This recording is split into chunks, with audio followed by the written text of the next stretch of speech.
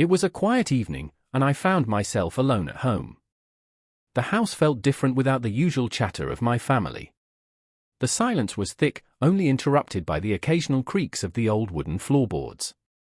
I had never minded being alone before, but something about that night felt different. I decided to distract myself by making some popcorn and watching a movie. As I walked into the kitchen, I heard a faint sound from upstairs. My heart skipped a beat, and I froze, listening carefully, but all I could hear was my own breathing. I shook my head, convincing myself it was just the house settling. I popped the popcorn in the microwave and turned on the TV, flipping through the channels absent-mindedly. Just as I was getting comfortable on the couch, I heard it again, a soft creaking noise, as if someone was moving upstairs. My pulse quickened. I told myself it was nothing, but the feeling of unease settled deep in my stomach. Summoning my courage, I grabbed a flashlight and made my way up the stairs. Each step felt heavier than the last. As I reached the top, I hesitated. The hallway stretched before me, dimly lit by the glow of the streetlight filtering through the window. I slowly pushed open my bedroom door, shining the flashlight around. Nothing seemed out of place. I checked the other rooms.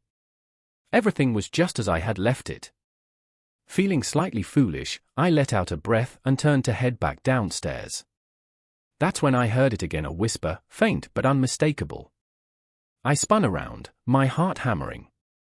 "Hello," I called out, my voice barely above a whisper. Silence. I swallowed hard, forcing myself to move. I rushed back downstairs, locking the door behind me. My mind raced with explanations, but none seemed satisfying. I decided to turn on all the lights, making the house feel alive. The warmth of the light eased my nerves slightly, but I still couldn't shake the feeling that I wasn't truly alone. As I settled back onto the couch, I pulled a blanket around me and turned up the volume on the TV. Minutes passed, then an hour. Slowly, my heartbeat returned to normal. Maybe it was just my imagination playing tricks on me. Just as I began to relax, my phone vibrated on the coffee table. I reached for it, expecting a message from a friend. Instead, I saw an unknown number. My stomach twisted as I unlocked the screen. A single message stared back at me, "I see you." The breath caught in my throat.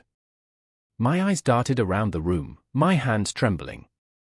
The lights were on, the doors were locked. How could someone be watching me? I didn't dare move. Every shadow seemed to shift, every sound amplified in my ears. Slowly, I forced myself to stand, inching toward the window. I peeked outside, but the street was empty. Another buzz. "Don't be scared." I dropped my phone in terror, my mind racing. I wasn't alone. Someone was out there, watching, waiting, and I had no idea what they wanted. Taking a deep breath, I grabbed my phone and dialed my best friend Jason. He picked up on the second ring. His voice groggy. "Hello Jason, I need you to come over now." "What's wrong?" he asked, suddenly more awake. "I think someone's outside my house." There was a pause. "Are you sure?" I hesitated. "I don't know, but I keep hearing noises, and I just got a text from an unknown number." "I'll be there in 10 minutes. Lock the doors and stay on the phone with me." I nodded, even though he couldn't see me. "Okay." Jason stayed on the line, talking to me about random things to keep me distracted while he drove over. I checked all the doors and windows again, making sure they were secure.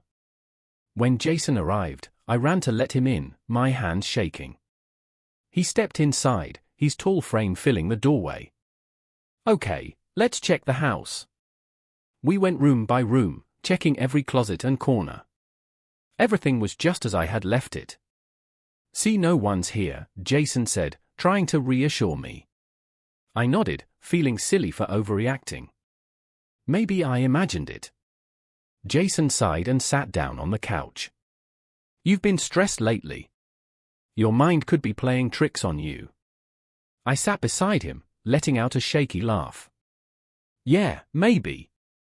Just then, my phone vibrated again. My blood ran cold as I read the message. "You shouldn't have let him in." Jason read over my shoulder. Okay, that's not normal. Panic surged through me.